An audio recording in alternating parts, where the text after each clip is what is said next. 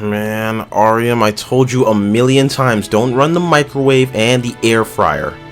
You do one or the other, never at the same time. I'm a growing girl, Moira. I gotta feast. So am I, but I'm still conscious of the circuitry. You know I was in the middle of working, right? By working, do you mean playing Battlefield? Hey, good. That's really great, actually. What chapter are we up to anyway? Well, I figured since we're about halfway through the month, I'd bring back the DeSelects in place of the normal stuff. Ooh, I'm down for some hot takes. Well, as I like to point it out, they always say I'm out of line, but they never say I'm wrong. Ariom, this thing is straight up busted. Here, let me give it a try. Well, I'll be damned. What's up, scholars? Moira here, and welcome to Book of Showtime Chapter 85. As always, if you enjoy these videos, be sure to leave a like and share with your friends. And if you have a topic you'd like me to cover for Book of Showtime, be sure to leave in the comment section down below, or anywhere you can reach me on social media or the Book of Showtime Discord. So in today's chapter, we're going to be doing the opposite of the October Selects, and I'm going to be telling you what games and movies you should avoid during October. Don't take this too seriously. Moira likes Umbrella Corps and the House of the Dead movie. I will defend those. Not to the death, maybe till I get like an upper respiratory infection, but I will defend them. Anyway, let's open up DeSelects with Lollipop Chainsaw Repop Edition. I thought you liked this game. I like the original. The remaster just reeks of being a cash grab. The game was a mess at launch, and while I played around 8 or 9 months later after a lot of things were fixed, there were still a few hiccups I encountered on my playthrough, nothing that broke the game, but still noticeable. They also, in some people's words, balanced the game, and by balance that just means easier. The Chainsaw Blaster got a huge buff, cranking the capacity from 36 up to 99, and I never ran out on my playthrough. The shop saw the prices of combos and upgrades reduced dramatically, allowing you to unlock everything in a single playthrough. This just takes away the grind, which is, I guess, good, but it also makes the game alarmingly easier, and I stated a few chapters ago that I wasn't good at hack and slash games, so me saying this should raise some red flags. They also didn't completely remove Jimmy Urin's voice lines, which why would you go halfway on that? And here I thought Jimmy's biggest crime was that horrid Tom Sawyer cover. Okay, it wasn't just me who thought that was bad. Like, if I was Neil Peart, I would have broke Jimmy Urin's nose. I know what I'm doing tomorrow. Moving on, let's shift to films and go with Carrie. If I mention Carrie to you, there's one thing that comes to mind, and it's the iconic prom scene. Obviously, that shot of Carrie covered in blood is burned into horror movie history forever, but that's all this movie had. One scene, and it didn't do a great job building up to it. I wish we got to see Carrie use her powers more before the climax of the movie. Yet another instance of the book being better, but it is Stephen King, so expect some weird stuff if you do go and read. Sissy Spacek does have a cute voice though, so it's worth the watch for that. Mama, why didn't you tell me, Mama? Hey, we appreciate a good accent in this booth. Sticking with the silver screen, The Dead Don't Die. A movie with Tilda Swinton and Adam Driver fighting zombies? How is this here? It's made for you, Moira. That's what I said, dude. The issue with this movie, aside from the mundane plot and corny jokes, is the pacing. The movie never really starts. It's slow the entire time. It's like, dude, kick it in high gear. This isn't a TV show, it's a movie. And about 40 minutes in, I had the painful realization that it's not getting any better. Why do you have such a crush on Tilda Swinton? She has a great voice. I have a thing for great voices. And also when she slammed Keanu Reeves under her barefoot in Constantine, I was like, God, I wish that was me. You know, that's fair. Jumping back to games, Immortal Legacy, The Jade Cipher. Say that 5 times fast. When I first saw this game, I was like, dude, this is a poor man's Resident Evil 7. It looks so bad, but I have to play it. You've spent too much money on bad games. Mind your business, Spirit Girl. I walk uphill both ways and back to work. If I want to invest US currency on mid-programming, I will. All those words can't hide how stupid you are, Moira. You want me to get the Sage? No, I'm sorry. Continue. Thought so.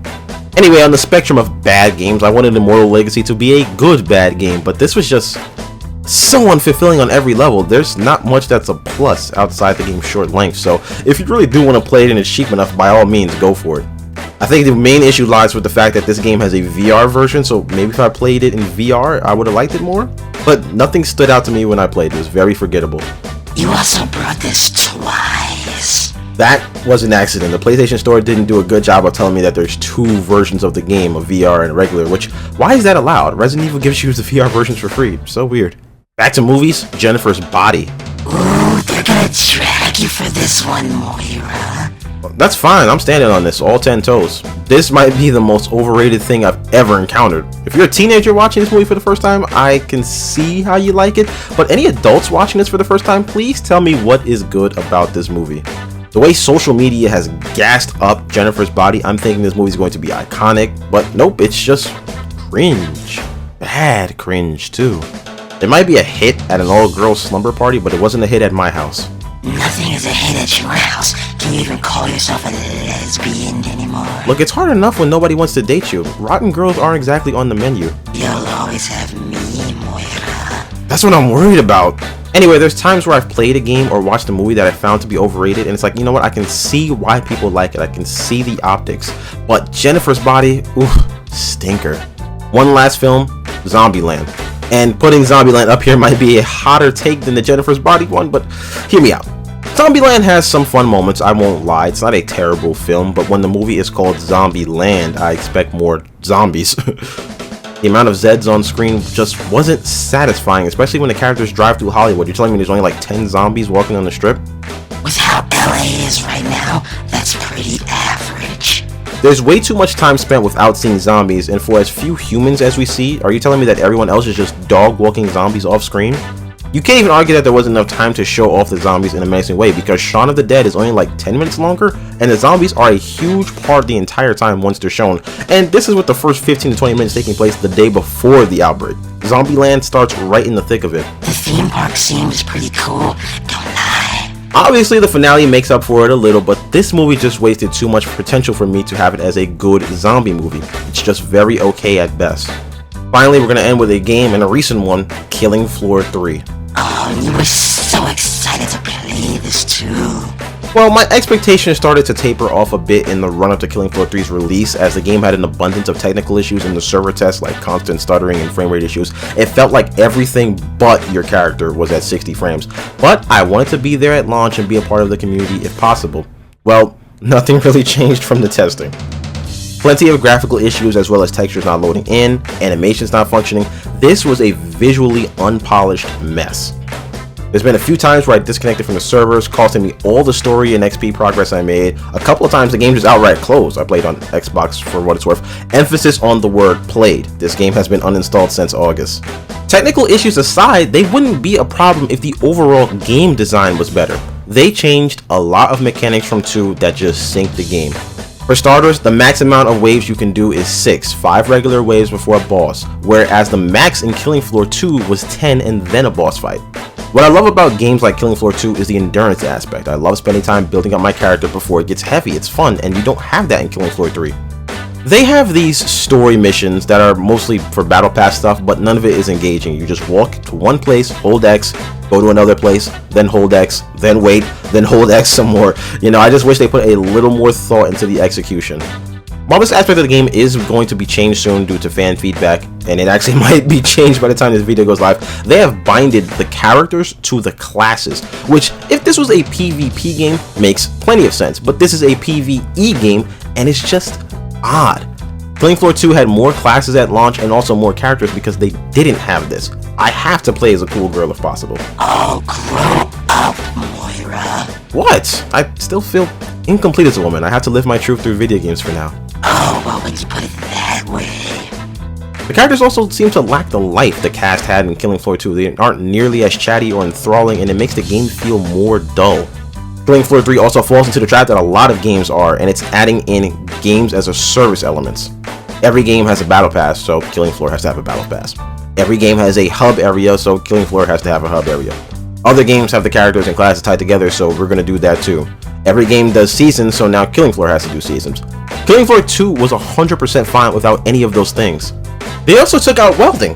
Welding! That's like a huge thing in Killing Floor, is it not? So weird. Killing Floor 3 had the same issues as Payday 3 did, where Payday 3 was following up a game that had over 10 years of content and support, and a lot of players, myself included, played Killing Floor 2 right up to the release of Killing Floor 3. I played Payday 3 at launch, and I can tell it had the nucleus of a good game, but it fell flat by changing up too much, just like Killing Floor 3. But whereas Payday 3 is kinda on life support, I hope Killing Floor 3 can quickly rectify the situation and steer the ship in the right direction. They tried to do too much and it burned them. Not every game has to be deep on every level, just keep it simple and keep it fun. Also add a goth girl for our baby goth here. Yes, please, they didn't launch with a goth this time around, and that's why the game is cursed. Come here, let me touch up your lipstick, honey. Thanks. Every game or movie I mentioned today is going to be bad or disappointing forever. That won't change, but at least Killing Floor 3 has the opportunity to improve, and hopefully by next October, hey, who knows, maybe it'll redeem itself and be on the October selects. Alright, scholars, thank you so much for watching this chapter. Let me know down below what games or movies we should avoid during October. Inshallah, I'll see you in the next chapter. You might get doxxed for that Jennifer's body take. Nah, I think most of my viewers are a bunch of warm milk before bedtime people. I think I'm safe. I got some warm milk for you, pretty girl. If I let you hit, would you stop these perversions? Yes, please. Okay, that's good to know. I'm still not sleeping with you. I was just curious. Aw, such a tease, Moira.